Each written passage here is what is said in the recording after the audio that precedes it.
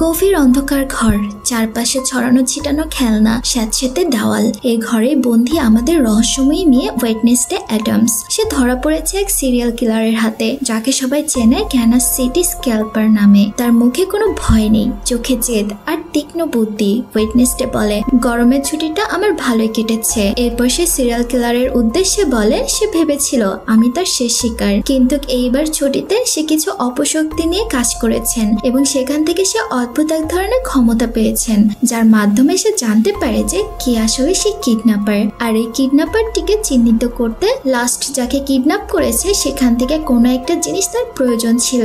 হাতটি তাকে সে জিনিসটি এনে দিতে সাহায্য করে। তার ক্ষমতা ব্যবহার করে সে কিডন্যাপারটিকে চিনে ফেলে। কিডন্যাপারটিকে মারার জন্য সে এয়ারপোর্টে চলে যায়, যেখানে চেকিং এ তার কাছ থেকে নানা ধরনের জিনিসপত্র বের হতে থাকে। এরপর ব্যাগে হাতটি স্ক্যানে ধরা পড়ে। তখন ডিউটি অফিসার সে ব্যাগটি খুলে হাতটি দেখতে পায়। তখন ওয়েটনেসডে বলে, আমি মৃতদেহের মেকআপ করতে ক্যান্সাসে যাচ্ছি, এই হাতটি আসলে নকল। এরপর সেই সিরিয়াল কিলারকে দেখানো হয়, যেখানে ওয়েটনেসডে ইতিমধ্যে চলে এসেছে আর বলে, তুমি কি অনলাইনে খুন করার অর্ডার নাও? এরপর সিরিয়াল কিলারকে অ্যাটাক করার সময় ওয়েটনেসডের ভীষণ আসে, আর এটাই সে ভীষণ ছিল যখন ওয়েটনেসডেকে বন্দী অবস্থায় রাখা হয়েছিল। এরপর সিরিয়াল কিলার তার কাছে সে বলে, তোমার জন্য একটি উপহার আছে। সিরিয়াল কিলার তার মতনই একটি পুতুল বানিয়েছিল। সে যাদের যাদের খুন করতো তাদের মতনই পুতুল বানায়। এরপর ওয়েটনেসডে তাকে বলে, তুমি আগে আমার হাতের জাদু দেখো। এরপর তার জাদু শক্তি দিয়ে পুতুলটিকে নড়ায়, কিন্তু সেখানে আসলে কাটা হাতটি ছিল, যে সিরিয়াল কিলারকে আক্রমণ করে। ওয়েটনেসডে কাটা হাতটিকে বলে, এসব বিষয় যেন কেউই না জানতে পারে, বিশেষ করে আমার মা। এরপর সে কিলারকে মেরে ফেলে, আর এখান থেকে শুরু হয় নতুন গল্পের রহস্য। এরপরে নিউজে দেখানো হয় স্ক্যাল্পার ধরা পড়েছে।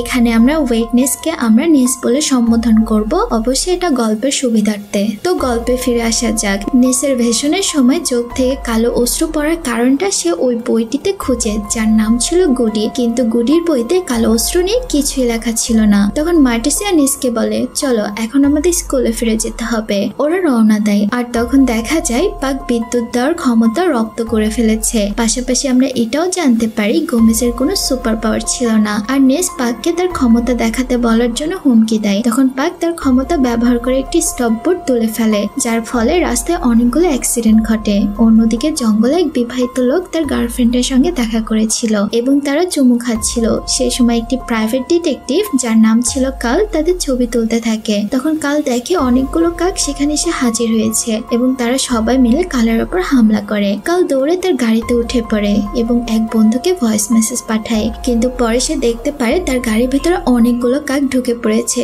যারা মিলে কালকে হত্যা করে। অন্যদিকে অ্যাডামস ফ্যামিলি আবারও নেভারমোর স্কুলে ফিরে এসেছে। এখানে নেসের স্কুলের অন্ধকার পরিবেশ ভালো লাগতে শুরু করে এবং সে জানে কোথায় কোথায় লাশ লুকানো আছে। তখন মার্টিসিয়া নেসকে বলে পাকের খেয়াল রাখতে, আর নেস বলে, আমি তো সবসময় ওর খেয়াল রাখি।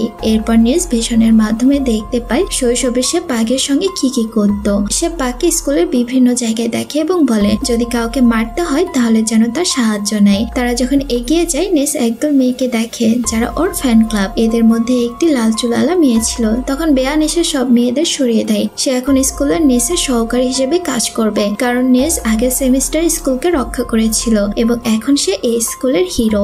এরপর স্কুলের নতুন প্রিন্সিপাল ব্যারি এসে নেসকে সম্মান জানাতে চায় এবং সন্ধ্যায় ফ্রেশার পার্টির জন্য আমন্ত্রণ জানায়, কিন্তু নেস সেটা প্রত্যাখ্যান করে। পরবর্তী সিনে সে তার রুমে আসে এবং দেখে অনেক লোক সেখানে আছে। অ্যান্ডি বলে ওরা সবাই তার ওল্ডব্যাক গ্রুপের সদস্য এবং অ্যান্ডি ও নেস আবারও একসাথে থাকতে শুরু করে। অ্যান্ডি জানায় সে এখন একজন ওয়ারওলফ হয়ে গিয়েছে এবং সে ক্যাম্পে গিয়েছিল, যেখানে তার অনেক মজা হয়েছে এবং সে একজন ছেলেকে পছন্দও করেছে। এরপর অ্যান্ডি নেসকে একটি টি শার্ট উপহার দেয়, আর ওয়েটনেসডে তাকে একটি সিরিয়াল কিলারের ডল উপহার দেয়, যা অ্যান্ডি খুব পছন্দ করে। তখন নেস বলে আমার অন্ধকার বইয়ের সিকিউল দেখতে হবে এবং সে নিজের লেখা বইটি অ্যান্ডিকে পড়তে দেয়, যা তার দারুণ লাগছিল।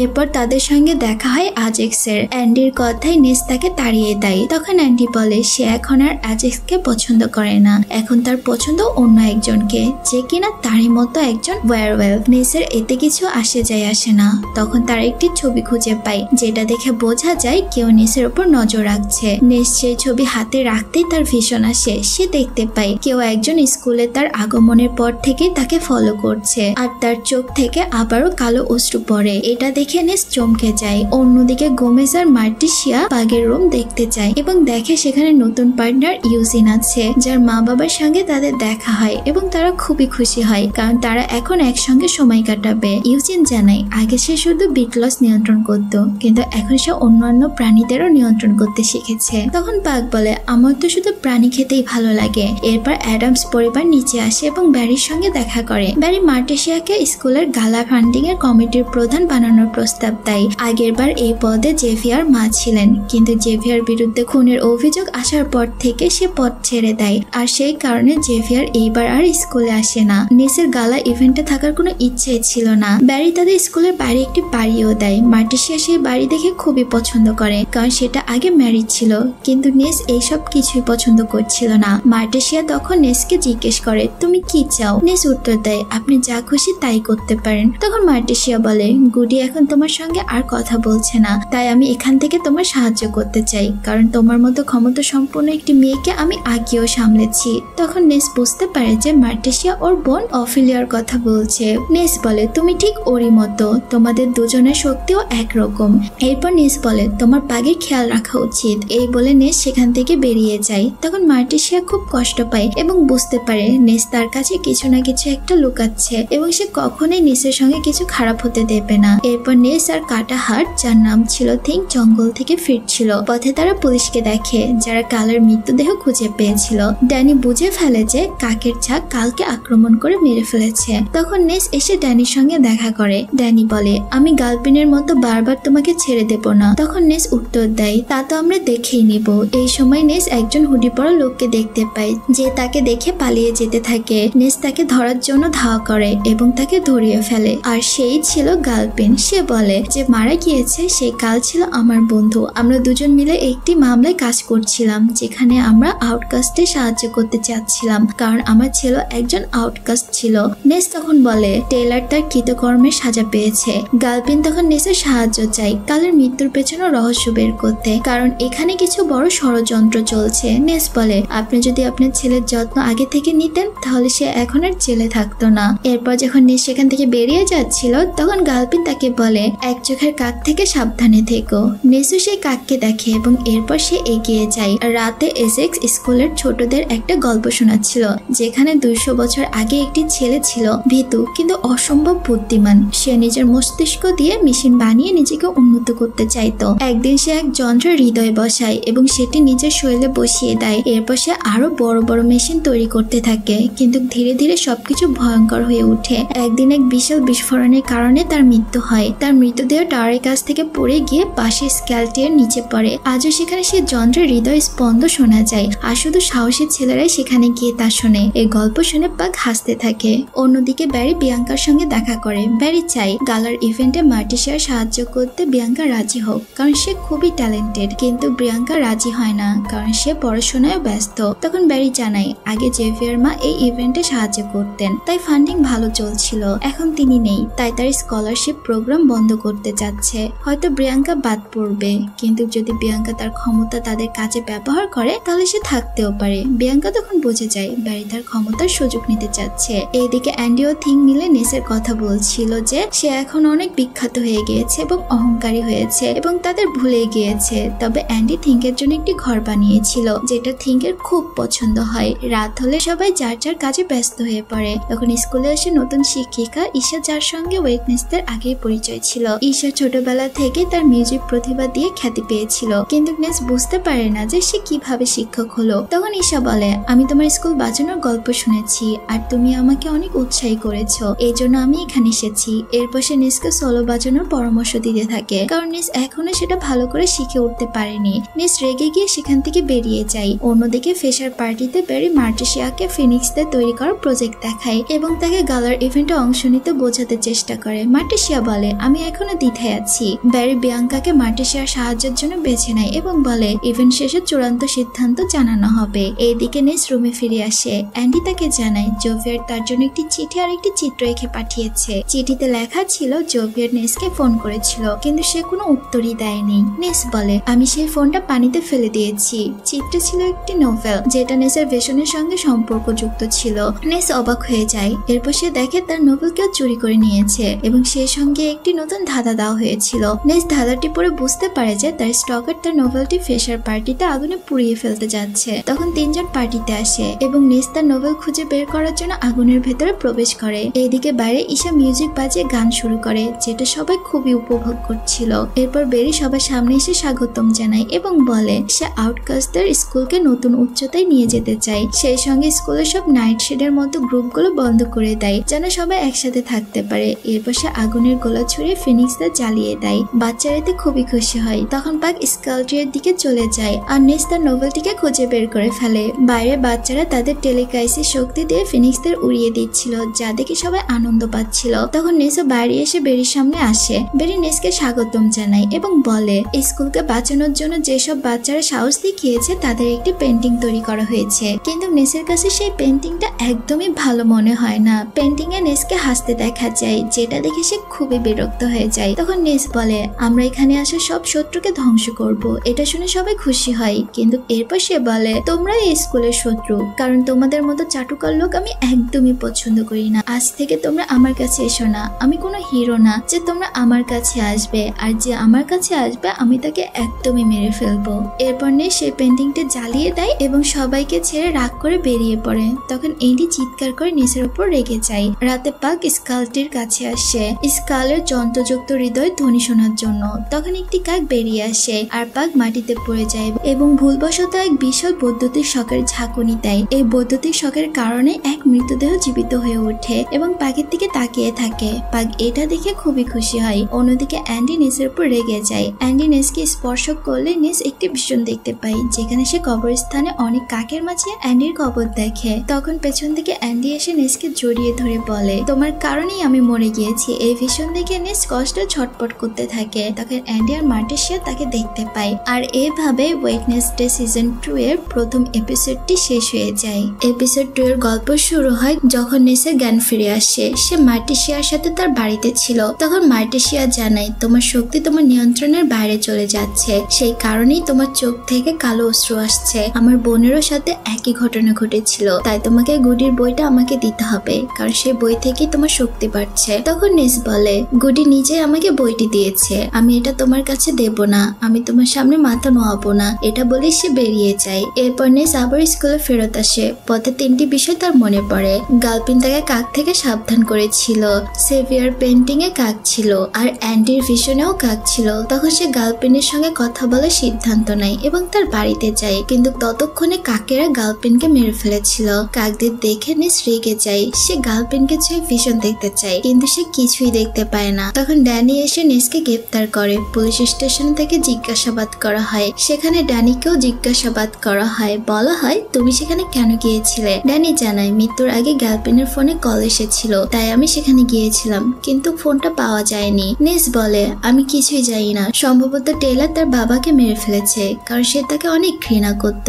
ড্যানি জানায় টেইলার এখন ভেলোস হল নামের একটি নিরাপদ জেলে আছে, সেখান থেকে সে পালাতে পারবে না। এইদিকে গোমেজ নেসকে বাঁচাতে আসে। সে একজন আইনজীবীও ছিল। তারা দুজনে সেখান থেকে বেরিয়ে আসে। গোমেজ জানায় আমাদের ড্রাইভার আমাকে এই বিষয়টি জানিয়েছে, তাই আমি তোমাকে বাঁচাতে এসেছি। এখন আমাকে সব সত্য বলো। নেস জানায় গালপিন আমার কাছ থেকে সাহায্য চেয়েছিল, কিন্তু আমি তা করিনি। তখন গোমেজ বলে তোমার মা এখানে থাকার সিদ্ধান্ত নিয়েছে, তাই তোমাকে এখন থেকে সাবধানে থাকতে হবে। পরের দিন পাক ইউজিনের বি হাউসে যে লোকটি মারা গিয়েছিল তাকে লুকিয়ে রাখে এবং তার নাম রাখে স্পার্ক। সেটা একটি ছিল জম্বি। পাক তাকে শক দিয়ে নিয়ন্ত্রণ করত আর তার যন্ত্রচালিত হৃদয়ের বিষয়টাও সত্য ছিল, কারণ পাক ভুল করে হৃদয়ে একটা তীব্র শক দেয়, যার ফলে সে জীবিত হয়ে ওঠে। ইউজিন তখন বুঝতে পারে যে তাকে সেখানে রাখা ঠিক হবে না, কারণ তার কোনো মস্তিষ্ক নেই, কিন্তু পাক চাই সে এখানেই থাকুক। এরপর তারা তাকে খেতে দেয় মধু। তখন স্পার্ক সব মধু খেয়ে ফেলে এবং মধুতেই দুজনের ওপর বমি করে। এটা দেখে পাক খুব খুশি হয়। এইদিকে নেস বিরক্ত ছিল, কারণ সে তার ক্ষমতাগুলো ব্যবহার করতে পারছিল না। তখন সে থিংকে বলে যে তার ভিশনে এন্ডিকে মরতে দেখেছে, আর যদি এন্ডি এটা জানতে পারে তাহলে সে ভয় পাবে। এরপর তারা রুমে ঢুকে। তখন সেখানে তারা এন্ডির মৃতদেহ দেখে, যেটা দেখে নেস খুবই কষ্ট পায়, কিন্তু এটা ছিল একটি প্র্যাঙ্ক। এন্ডি তাকে বোকা বানানোর জন্য এটা করেছিল, কারণ এটা ছিল প্র্যাঙ্ক ডে। তখন নেস খুশি হয় কারণ এন্ডি জীবিত। এরপর নেস দেখে যে কেউ একজন গার্লফ্রেন্ডের চোখ সেখানে ফেলে রেখেছে, কিন্তু তার ভিশনের মাধ্যমে এখনো কিছু স্পষ্ট দেখতে পাচ্ছিল না, আর সম্ভবত এটা তার স্টকারের কাজ। এই সময় নেসের স্টকার অ্যান্ডিকে ফোনে মেসেজ পাঠায়। অ্যান্ডি ফোন করে আর বোঝা যায় যে সেটি কেলভিনের ফোন ছিল। তখন নেস অ্যান্ডিকে জানায় যে গার্লফ্রেন্ড মারা গিয়েছে। অ্যান্ডি ভয় পায় কারণ নেস যেখানে যায় সেখানেই মানুষ মারা যায়, তাই নেস তাকে অন্য রুমে যেতে বলে। কিন্তু অ্যান্ডি বলে আমার কাছে ওয়ার ওলফের ক্ষমতা আছে, তাই আমার ভয় নেই, আর আমি এখন ড্রাইভিং ক্লাসে যাচ্ছি। ততক্ষণে স্কুলের সব ছাত্রছাত্রীরা একে অপরের সাথে প্র্যাঙ্ক করছিল। তখন অ্যাজ এ ক্যান্ডিকে শন নামের একটি ছেলের সঙ্গে দেখে কষ্ট পায়। ইউজিন তখন তার মৌমাছি নিয়ন্ত্রণ করে তাদের বিরক্ত করতে শুরু করে। এই সময় প্র্যাঙ্ক করতে করতে ব্যারি ও প্রফেসর ওরি আসেন। ওরি এসব প্র্যাঙ্ক একদমই পছন্দ করছিল না। তখন নেস তাদের সাথে দেখা করে। ব্যারি বলে তুমি গতকাল ছবিটা জ্বালিয়ে দিয়েছিলে। এরপর সবাই আবারও খুশি হয়েছিল কারণ আউটকাস্টরা নিয়ম ভাঙতে ভালোবাসে। তখন নেস জিজ্ঞেস করে আমাদের মধ্যে কোন স্টুডেন্ট বা শিক্ষক আছে কি যে পাখিদের নিয়ন্ত্রণ করতে পারে? ব্যারি বলে এখানে বহু বছর ধরে কোনো এভিয়ান আসেনি। এখানে এভিয়ান মানে পাখিদের যারা নিয়ন্ত্রণ করতে পারে। এই সময় ইউজিন আর পার্ক স্পার্ককে একটা নোংরা স্যান্ডউইচ খেতে দেয় যেটা সে পছন্দ করে। এরপর তারা তাকে বেঁধে রেখে চলে যেতে চায়, কিন্তু স্পার্ক তার চেন ছিঁড়ে নিজেকে মুক্ত করে ফেলে। অন্যদিকে নেস অ্যান্ড্রি ড্রাইভিং লাইসেন্স চুরি করে যেন সে স্কুল থেকে বের হতে পারে এবং সে তার রুম থেকে পালায়। ততক্ষণে থিঙ্কের কাছে মার্টেশিয়ান আসে এবং বলে আমার গুড্ডি বই দরকার। থিঙ্ক দিতে অস্বীকার করে কারণ সে মনে করে সবাই তাকে কাজের লোক ভাবে। তখন মার্টেশিয়ান বলে তুমি আমাদের পরিবারের সদস্য। থিঙ্ক মনে করিয়ে দেয় যে সবাই তাকে বারবার আদেশ দেয় কাজ করার জন্য, যেন সে যেন এক চাকর। মার্টেশিয়া তার ভুলের জন্য ক্ষমা চায়, কিন্তু থিঙ্ক রেগে গিয়ে নিজের ঘরে চলে যায়। এরপর নেস ড্রাইভিং শিক্ষক টমের সাথে দেখা করে। টম তাকে সব নিয়ম শিখিয়ে দেয়। তখন নেসের মনে পড়ে যায় যে সে যখন 7 বছর বয়সের ছিল তখন সে চুরি করে গাড়ি চালাতো ফেস্টার আঙ্কেলের সাথে।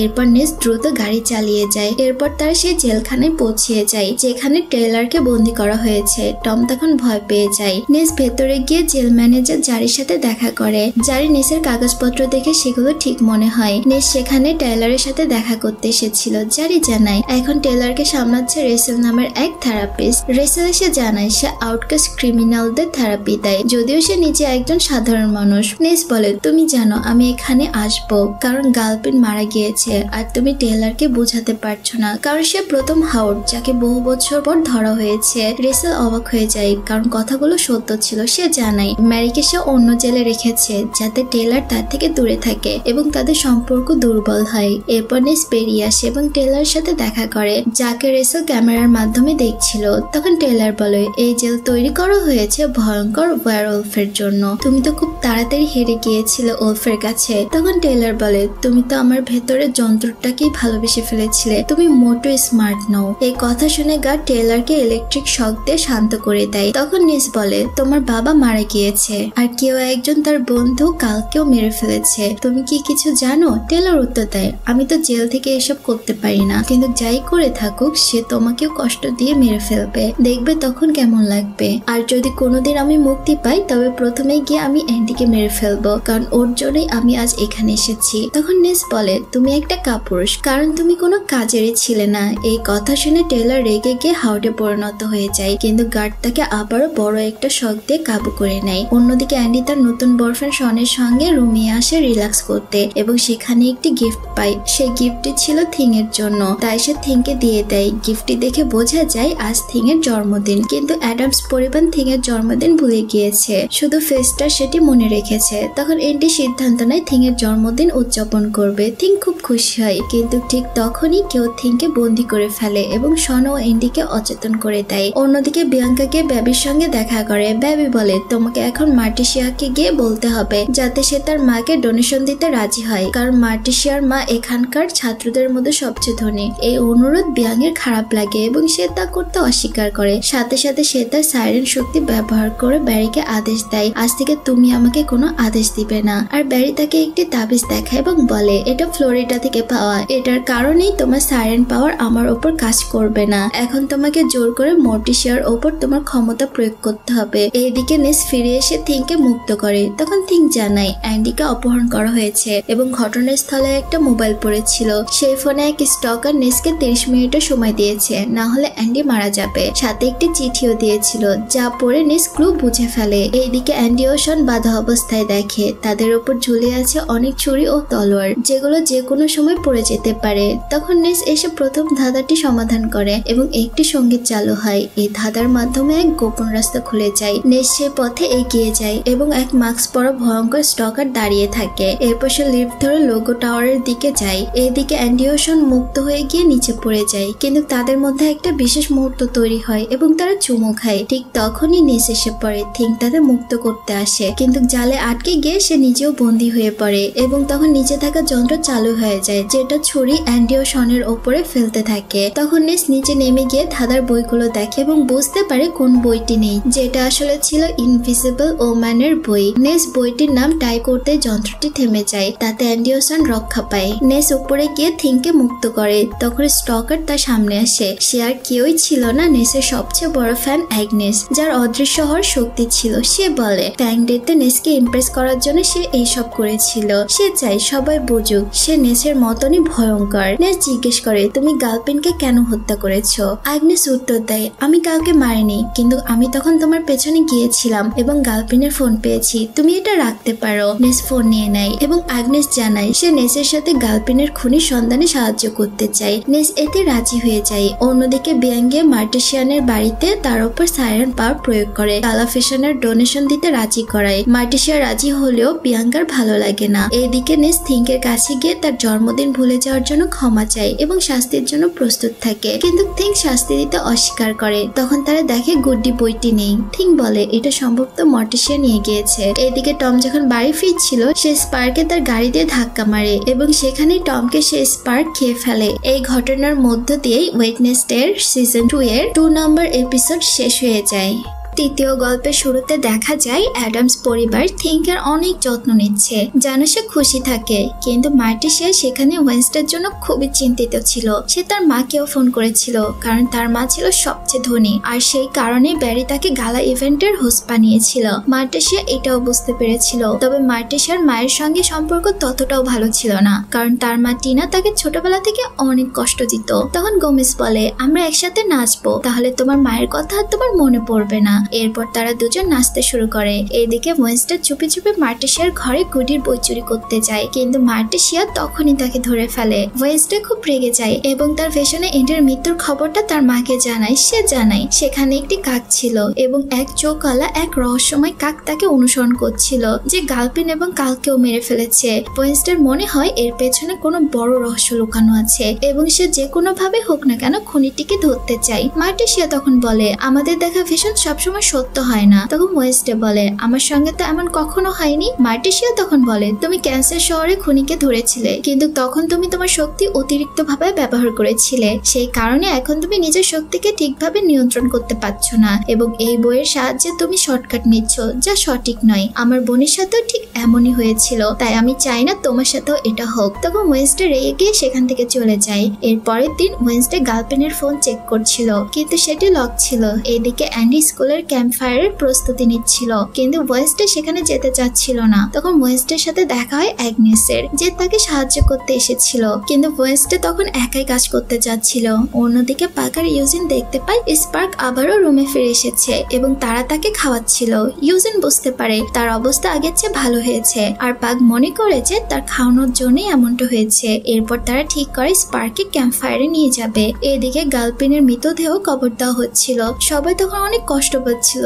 ওয়েন্সডেও সেখানে হাজির হয়। তখন ড্যানি ও র্যাচেল জানে যে তারা পুলিশ স্টেশন ও টেইলর সংক্রান্ত বিষয়ে এখানে এসেছে। ওয়েন্সডে তখন বলে আমি এখানে এসেছি কারণ এখানে খুনি আসতে পারে। ড্যানি তখন ওয়েন্সডেকে টেইলর থেকে দূরে থাকতে বলে। ওয়েন্সডে উত্তর দেয় আমি সর্বপ্রথম জানি যে টেইলর একজন হাউড। এরপর সে র্যাচেলকে জিজ্ঞেস করে গার্লফ্রেন্ড কি টেইলরের সঙ্গে দেখা করেছিল? র্যাচেল জানায় গার্লফ্রেন্ড কেবল একবারই তার সঙ্গে দেখা করেছিল, সেই সময় টেইলর হাউডে পরিণত হয়েছিল আর খুব রেগেছিল। ওয়েন্সডে তখন জানায় একজন এভিয়ান রয়েছে, সেই সম্ভবত খুনি হতে পারে। তখন রাসেল ওয়েডনেসকে সাহায্য করতে রাজি হয়, কারণ সে বুঝে গিয়েছিল ওয়েডনেসডে সিরিয়াসলি কাজ করছে আর দূর থেকে সে রহস্যময় কাকটি তাদের দেখছিল।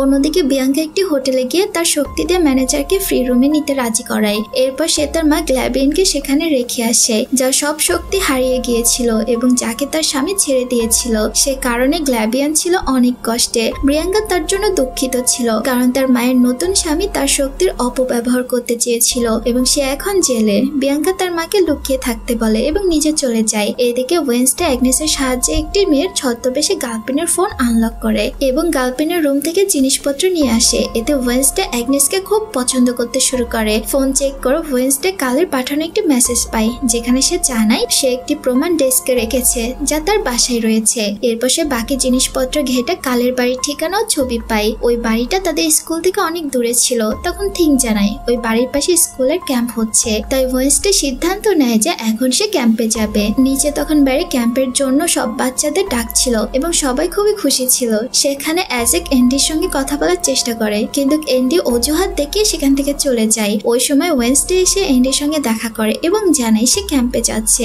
এতে এন্ডি অনেক খুশি হয় এবং অ্যাগনেসও এসে পড়ে। তখন এন্ডি তার উপর রেগে যায়, কিন্তু ওয়েডনেসডে বলে যে সে পুরোপুরি অ্যাগনেসের সাহায্য নিতে চায় না। এরপর সবাই একসাথে বাসে করে ক্যাম্পের জায়গায় পৌঁছে যায়। ক্যাম্পে আসার পর সেখানে ওয়েডনেসডে ও প্যাকের সঙ্গে দেখা হয় তাদের মা বাবা গোমেজ আর মার্টিশিয়ার। সেই ক্যাম্পে স্কুলের সবাই এসেছিল। তখন ওয়েডনেসডে আর তার ভাইয়ের তাদের দুজনের আশাটা মোটেও ভালো লাগে না। এইদিকে প্যাক নিজের সঙ্গে করে একটি বড় কফিন নিয়ে এসেছিল। তখন সেখানে ওয়েডনেসডে আর মার্টিশিয়ার মধ্যে বড় একটা ঝগড়া হয়। এই ব্যাপারটা গোমেজও বুঝতে পারে। কফিনে করে স্পার্কে আনার বিষয়টা ইউজেনের মোটেও পছন্দ হয় না, কারণ এতে বিপদ হতে পারে। তখন পার্ক বলে আমি বাইরে পটকা লাগিয়ে রেখেছি, ও যদি পালিয়ে যায় তাহলে আমরা বুঝে যাব। কিছুক্ষণ পর ব্যারি আবারও সব বাচ্চাদের স্বাগতম জানায়। সেখানে তারা গেম খেলবে, মজা করবে আর অনেক কিছু করবে। সবাই খুব আনন্দ করছিল। এদিকে অন্য একটি স্কুলের নর্মাল বাচ্চাদেরকে নিয়ে নর্মিস থেকে চ্যাট নামের এক প্রফেসর হাজির হয়। সেখানে তারাও ক্যাম্পিং করতে এসেছিল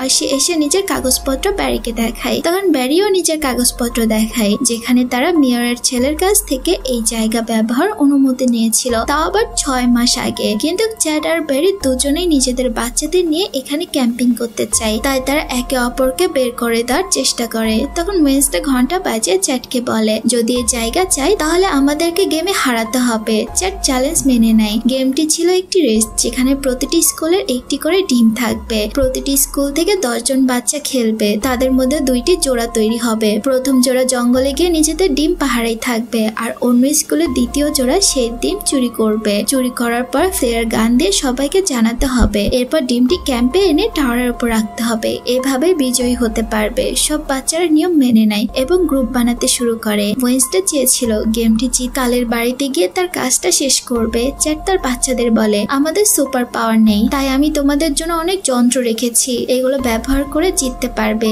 এরপর সবাই জঙ্গলে যায়। এইদিকে ওয়েডনেসডে আর বিয়াঙ্কা নর্মিসদের তাদের ডিম পাহারা দিতে দেখে। তাদের চারপাশে বাচ্চারা দাঁড়িয়েছিল। অন্যদিকে আউটকাস্টের ডিমের পাহারায় ছিল অ্যাজেক্স আর তার বন্ধু। তখন নর্মিসরা একটি তীর ছুড়ে যাতে অ্যাজেক্সের টুপি উড়ে যায়, আর সেটা দেখে তার বন্ধু পাথরে পরিণত হয়ে যায়। একজন নর্মি অ্যাজেক্সকে ধরে ফেলে, আরেকজন ডিম নিয়ে পালায়। তারা ফ্লেয়ার গান দিয়ে সবাইকে জানায় যে তারা জিতে গিয়েছে। ওয়েডনেসডে এটা দেখে রেগে যায় এবং থিংকে এন্ডি আর তার বয়ফ্রেন্ড শানকে হামলা করতে বলে। এন্ডি আর শান নর্মিসদের ওপর হামলা করতে ছুটে আসে, কিন্তু নর্মিসরা স্মোক বম ছুড়ে ফেলে, যার ফলে এন্ডি আর শান আর লড়াই করতে পারে না। ফলে ওয়েডনেসডে থিংকে ইউজিনকে তার শক্তি ব্যবহার করতে বলে। ইউজিন মৌমাছিদের নিয়ন্ত্রণ করে নর্মিসদের আক্রমণ করে। মৌমাছিরা তাদের কামড়াচ্ছিল, কিন্তু ওয়েডনেসডের এতে কোনো কিছুই হচ্ছিল না এবং সে ডিম নিয়ে নেয়। এরপর তারা ফ্লেয়ার গান ছুড়ে দেয়, যা দেখে আউটকাস্ট বাচ্চারা খুবই খুশি হয়ে যায়। ওয়েডনেসডে পাহাড়ের উপর উঠে তখন দেখে নর্মিসদের একজন ছেলে টাওয়ারে উঠছে। ওয়েডনেসডে তীরদের দড়ি টেনে টাওয়ারের দিকে চলে যায়। সে ছেলেটিকে লাথি মেরে অচেতন করে ফেলে আর টাওয়ারে ডিমটি রেখে দেয়। ফলে তারা এই গেমটি জিতে যায়। সবাই আনন্দে উল্লাস করে। ফলে এই জায়গাটি নেভারমোর স্কুলের জন্য ক্যাম্প হিসেবে নির্বাচিত হয়। রাতে ওয়েডনেসডে থিংকের সঙ্গে বের হচ্ছিল, তখন ব্যারি তাকে ক্যাম্প ফায়ারে বসতে বলে, কারণ সে নর্মিসদের হারিয়েছে এবং এই ক্যাম্পটি জিতেছে। কিন্তু ওয়েডনেসডে তাকে উপেক্ষা করে সেখান থেকে চলে যায়। এদিকে চ্যাট তার বাচ্চাদের উপর রেগে যায়, কারণ তারা একটি মেয়ের কাছে হেরে গিয়েছে এবং রাতে গোপনে প্রতিশোধ নেওয়ার চেষ্টা করে। রাতে সব বাচ্চারা ক্যাম্প ফায়ারে গান শুনে আনন্দ করছিল। এদিকে ওয়েডনেসডে কালের বাড়িতে পৌঁছায় এবং ঘরটি দেখতে শুরু করে। সে জানতে পারে কাল আর গ্যালভিন খুব ঘনিষ্ঠ বন্ধু ছিল, আর সেখানে সে একটি গোপন বোর্ড পায় যেখানে তারা একসঙ্গে অনেক আউটকাস্টদের মৃত্যুর তদন্ত করছিল যারা ইয়েলো হলের ভেতরে মারা গিয়েছিল। তাদের মৃত্যুর রহস্য গভীর ছিল এবং এই সবকিছু লুইস ওয়াল্টের সঙ্গে সম্পর্কযুক্ত এবং ওয়েনসডেকে লুইস নামের মেয়েটিকে খুঁজে বের করতে হবে যাতে অ্যান্ডিকে বাঁচানো যায়। সে ছবিগুলো দেখে ভিশন দেখার চেষ্টা করে কিন্তু তার ক্ষমতা কাজ করছিল না কারণ তার কাছে গুড্ডির বই ছিল না,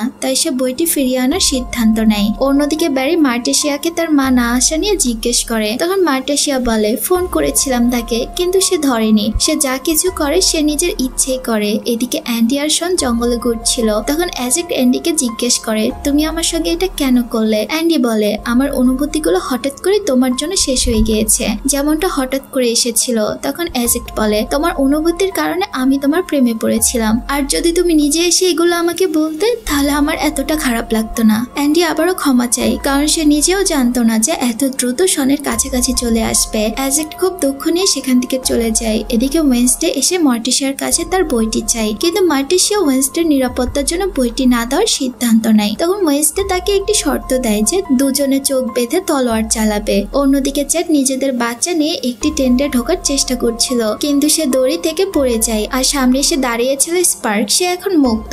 স্পার্ক সঙ্গে সঙ্গে চ্যাটের মস্তিষ্ক খেয়ে ফেলে আর দড়ির কারণে আতশবাজি ফুটতে শুরু করে। এটা পাগ আর ইউজেনি দেখতে পায়। তারা দুজনেই খুব ভয় পেয়ে যায়। এদিকে ওয়েনসডে আর মার্টেসিয়া কৃত্রিম হৃদয় নিয়ে তাদের পোশাকে লাগিয়ে দেয় যেখানে প্রতিপক্ষের হৃদয় ভাঙতে হবে, তাও আবার না দেখে। ওয়েনসডে নিজের জয়ের পর গুড্ডির বই ফেরত চেয়েছিল আর মার্টেসিয়া নিজের জয়ের পর বইটি পুড়িয়ে ফেলার প্রতিশ্রুতি দেয়। দুজনেই তলোয়ার চালাতে শুরু করে। এইদিকে ক্যাম্পে গোমেজ কৌশল করছিল। পেছন থেকে স্পার্ক এসে তার জিহবা দিয়ে তার শরীর চাটতে শুরু করে। গোমেজ ভাবে হয়তো মার্টেসিয়া এসেছে কিন্তু পেছনে তাকিয়ে দেখে একটি জম্বি। সাথে সাথে সেখানে পাগ আর তার বন্ধুরা চলে আসে। পাগ স্পার্ককে বলে সে আমার বাবা আর সাথে সাথে তার পাওয়ার দিয়ে জম্বিকে ঘায়েল করে। স্পার্ক বাইরে বেরিয়ে এসে সবাইকে ভয় দেখায় আর এইদিকে মার্টেসিয়া ওয়েনসডেকে হারায়। ওয়েনসডে খুবই দুঃখ পায় এবং রাগে তলোয়ার ছুড়ে সেটা মার্টেসিয়ার পেছনে আসে স্পার্ককে আঘাত করে আর সেখানেই সে বন্দী হয়ে যায়। মার্টেসিয়া মেয়ের সাহস দেখে খুবই খুশি হয়। কিছুক্ষণ পর অফিসাররা এসে স্পার্ককে বন্দী করে। পাগ এতে বিরক্ত ছিল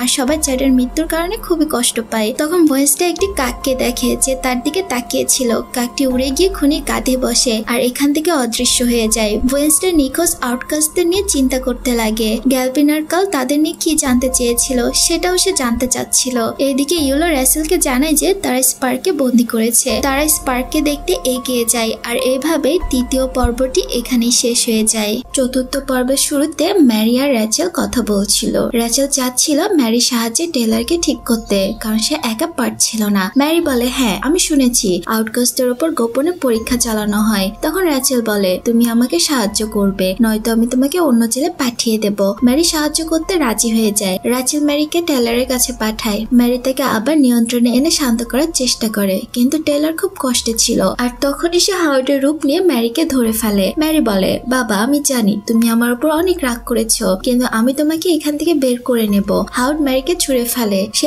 এখনো ম্যারির উপর অনেক রাগান্বিত। ম্যারি হাসতে লাগে। এদিকে ওয়েনসডে কবরস্থানে গিয়ে মৃত আউটকাস্ট শিশুদের অস্থি বের করছিল। সেখানে প্রথমবারের মতো তার নানি টিনা এসে হাজির হয় যা দেখে ওয়েনসডে খুবই খুশি হয়। ওপর থেকে কাক তাদের দেখছিল।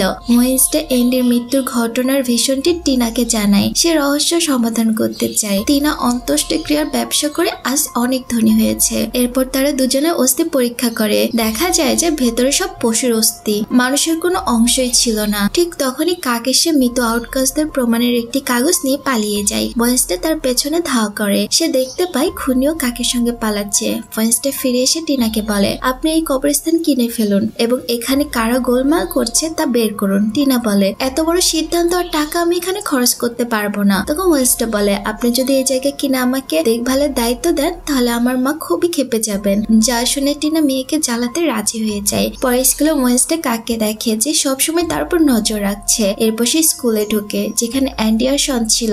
ওয়েনসডে তাদের সেখান থেকে চলে যেতে বলে। ঠিক তখনই অ্যাগনেস ওয়েনসডের জন্য আগে থেকে লুকিয়েছিল। অ্যান্ডি রেগে যায় কিন্তু শন তাকে শান্ত করে এবং সেখান থেকে নিয়ে যায়। এরপর অ্যাগনেস ওয়েনসডেকে জানায় যে প্রকাশক বইটি ছাপতে রাজি হয়নি কারণ সেটি খুবই অদ্ভুত ধরনের একটি বই ছিল আর প্রকাশক তাকে পাগল বলেছে। আসলে সে গুড্ডি বইটি আবারও রিরাইট করতে চেয়েছিল। তখন ওয়েনসডে বলে এখানে এই কাক আমাদের উপর নজর রাখছে, তবুও আমাদের সবকিছু খুঁজে বের করতে হবে, কারণ সব মৃত মানুষই ইউলো হলের সঙ্গে জড়িত। ইউলো হল হচ্ছে সেই জায়গা যেখানে টেলরকে বন্দি করা হয়েছে বা বাকি আউটকাস্টদের বন্দি করে রাখা হয়। তাই তারা ঠিক করে তারা ইউলো হলে কাউকে পাঠাবে। এরপর ওয়েডনেসডে আসে তার আঙ্কেল ফেস্টার সঙ্গে দেখা করতে। ফেস্টার এসে শক দিয়ে অ্যাগনেসকেও ধরে ফেলে। ওয়েডনেসডে বলে ও আমার জন্য কাজ করবে। এরপর ওয়েডনেসডে ফেস্টারকে উইলো হলে যাওয়ার জন্য দায়িত্ব দেন। এরপর অ্যাগনেস ওয়েডনেসডের জন্য একটি মানচিত্র এনেছিল। ফেস্টার কাজ ছিল লুইসকে খুঁজে বের করা। ফেস্টার রাজি হয়ে যায়, কারণ ওয়েডনেসডের খালা অফেলেও সেখানে বন্দী আছেন। সেখানে ফেস্টার চুরি করা টাকা দিয়ে একটি হোটেল রুম নেয় এবং উপরে গিয়ে জোরে জোরে চিৎকার করতে শুরু করে। ম্যানেজার পুলিশকে ডাকে। কিছুক্ষণ পর পুলিশ অফিসার এসে গ্যাভিয়ালকে ধরে, কারণ হোটেলে তার থাকার কোনো কার্ড ছিল না। এরপর তারা ফেস্টারকে ধরে, যিনি পুরো রুম এলোমেলো করে ফেলেছিলেন। ড্যানি দেখে যে ফেস্টারের কাছে অনেকগুলো ভুয়া আইডি আছে এবং গত বছর এইগুলো তিনি তাদের শহর থেকে চুরি করেছিলেন। সবাই বিরক্ত হয়ে র্যাচেলকে ডাকার সিদ্ধান্ত নেয় এবং এরই সাথে তারা গ্যাভিয়াল সম্পর্কে জানতে চায়, যাকে পুলিশ ধরেছিল। এদিকে ওয়েডনেসডে এসে মার্টিশিয়ার সঙ্গে দেখা করে এবং তার খালা অরফেলার বিষয়ে জিজ্ঞেস করে। মার্টিশিয়া বলে কয়েক বছর আগে অরফেলা স্কুলের বাইরে চিৎকার করছিল এবং তার শক্তি সে খুবই বেশি ব্যবহার করে ফেলেছিল, যার ফলে তার চোখ থেকে কালো অশ্রু বেরোচ্ছিল। এই কারণে তাকে উইলো হলে পাঠানো হয়েছিল।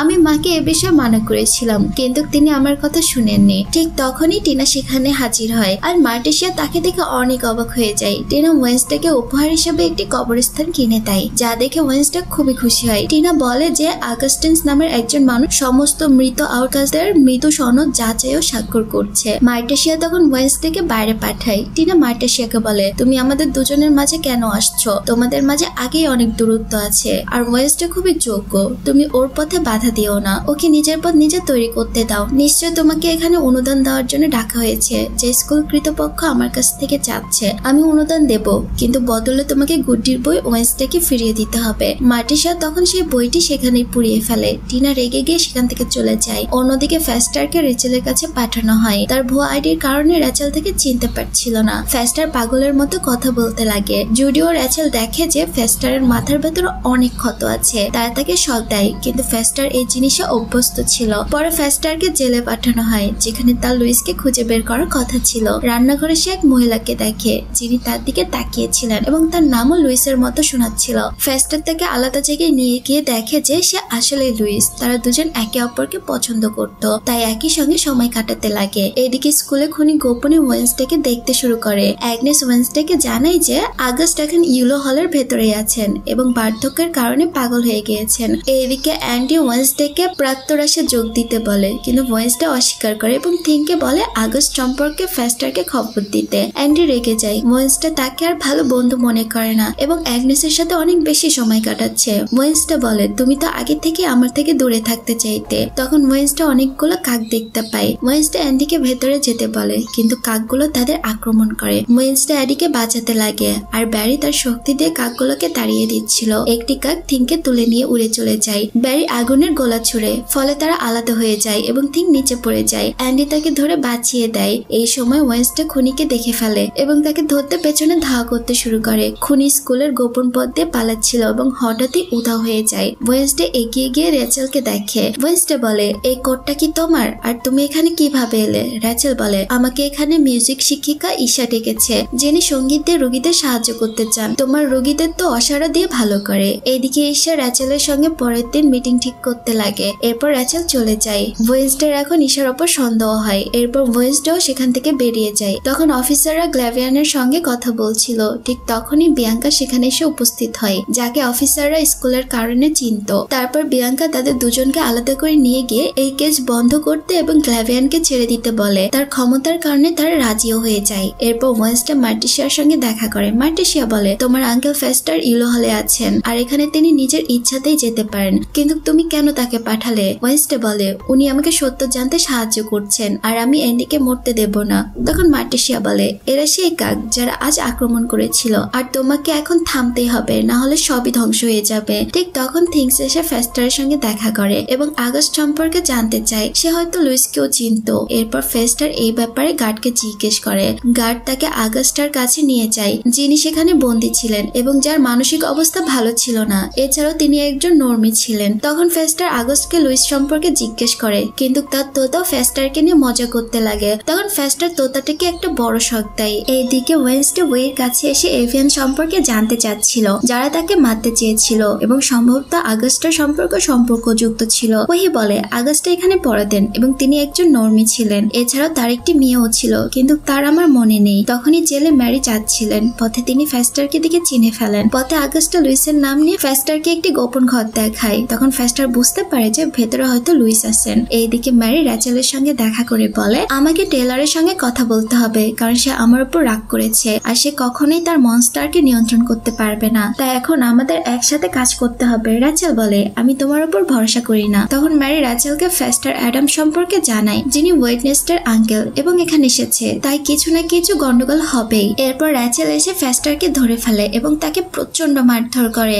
এরপর তারা ফেস্টারকে স্পার্কের সঙ্গে একটি গোপন ঘরে বন্দি করে রাখে, যেখানে ফেস্টার হাসছিল। আর এই ঘটনাটি থিঙ্কেও দেখে ফেলে। থিঙ্ক এসে ওয়েডনেসডেকে সবকিছু জানায়। তাই ওয়েডনেসডে এখন তার আঙ্কেলকে বাঁচাতে বেরিয়ে পড়ে। এরপর ওয়েডনেসডে অ্যাগনেস আর এন্ডিকে নিয়ে সেখানে যাওয়ার পরিকল্পনা করে। তবে এন্ডিকে বিশেষভাবে জড়ানো হয়নি, কারণ তার নিজের জীবনে ঝুঁকিতে ছিল। অ্যান্ডি এতে কিছুটা হতাশ হলেও ওয়েডনেসডেকে সাহায্য করতে চেয়েছিল। ওয়েডনেসডে তাকে বাইরে থেকে নজরদারির দায়িত্ব দেয়। রাতে ওয়েডনেসডে ঈশার গাড়ির ভেতরে লুকিয়ে হলে যাচ্ছিল। গেটে গার্ডরা গাড়ি থামিয়ে চেক করছিল। তখন অ্যাগনেস অফিসের ভেতরে একটি বিস্ফোরণ ঘটায়, যার ফলে সব গার্ডের মনোযোগ সরে যায় এবং ওয়েডনেসডে গাড়ি থেকে নেমে আসে। এরপর তারা জেলে ঢুকে যায়, যেখানে ফেস্টারের বান্ধবীও তাকে বাঁচাতে সাহায্য করে। এইদিকে ঈশা এসে বাকিদের সঙ্গে দেখা করে এবং তাদের জন্য গান বাজাতে লাগে, যাতে সবাই শান্ত হয়। এরপর ওয়েডনেসডে এসে ফেস্টারের সঙ্গে দেখা করে এবং তাকে মুক্ত করে, আর তারা দুজনেই সেখান থেকে বেরিয়ে যায়। স্পার্কও হাত করে ভেঙে সেখান থেকে পালিয়ে যায়। এই সময় ম্যারিকে গার্ডরা নিয়ে যাচ্ছিল, কিন্তু স্পার্ক এসে গার্ডদের মেরে ফেলে আর ম্যারি সেখান থেকে পালিয়ে যায়। পথে ওয়েডনেসডের সাথে তার দেখা হয়। এইদিকে সাইরেন বাজলে র্যাচেল সব বন্দীদের বের করতে শুরু করে এবং অগাস্টকে নিয়ে অফিসে যায়। তখন ওয়েডনেসডে আর ফেস্টার এসে একটি অনুমতিবিহীন ঘরের দরজা খুলে ফেলে, যার ভেতরটা দেখতে স্টোর রুমের মতো ছিল, কিন্তু ভেতরে কোনো প্রয়োজনীয় জিনিসপত্র ছিল না।